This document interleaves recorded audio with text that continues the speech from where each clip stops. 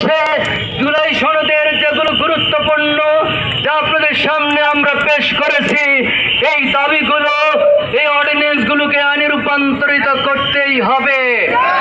প্রিয় ভাইরা আমার, সর্বশেষ যেই কথা বলতে চাই, আমরা বলতে চাই, গত কয়েকদিন পূর্বে লক্ষ্মীপুর শহরে চকবাজারে একটি 144 ধারা জারি করা হয়েছিল। আমরা তার তীব্র নিন্দা জানাই।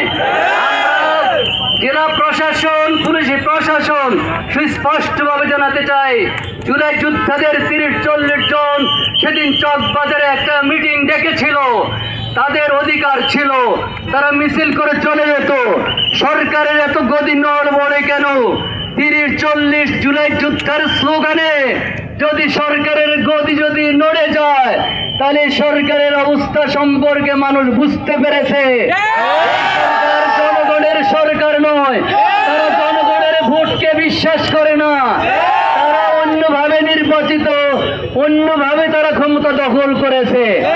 তাই পুলিশ প্রশাসন, এসপি সাহেব এবং লক্ষ্মীপুর থানার মডেল থানার ওসি সাহেব, আপনি কেন জুলাই যোদ্ধাদেরকে বাধা দিলেন? তারা এখানে মিছিল করার অধিকার ছিল, এটা তাদের সাংবিধানিক অধিকার। যারা রক্ত দিয়েছে রাজপথে, 18 কোটি মানুষকে যারা মুক্ত করেছে, তারা চকবাজারে একটা মিছিল করার অবশ্যই অধিকার ছিল।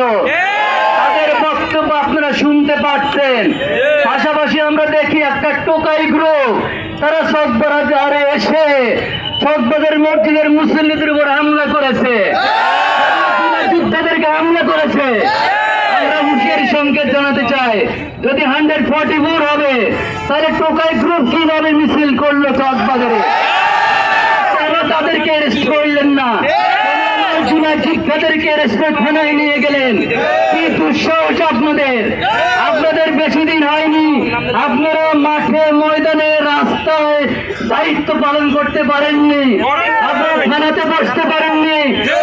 থানার যে আসবাবপত্রগুলো, সেগুলো জনগণ পুড়ে দিয়েছে। আমরা আমাদের লোকজন দিয়ে আপনাদের অস্ত্র রক্ষা করেছিলাম। থানার অস্ত্র লুটের জন্য এসেছিল, রামগঞ্জ থানা পুড়িয়ে দিয়েছে জনতা, সেটাকে আমরা ঠেকিয়েছি। আর বাকিটা আমাদের সেক্রেটারি সাহেব ওখানে বলেছেন। তাই অতীতকে সামনে রাখুন।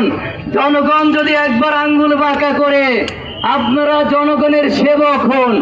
এবং আমরা ভিডিও ফুটেজ দেখেছি, আমার পকেটে যে মোবাইলটি আছে, এখনো যদি আপনাদের সামনে তুলে ধরা হয়, তাহলে কার হাতে ব্যাগ ছিল,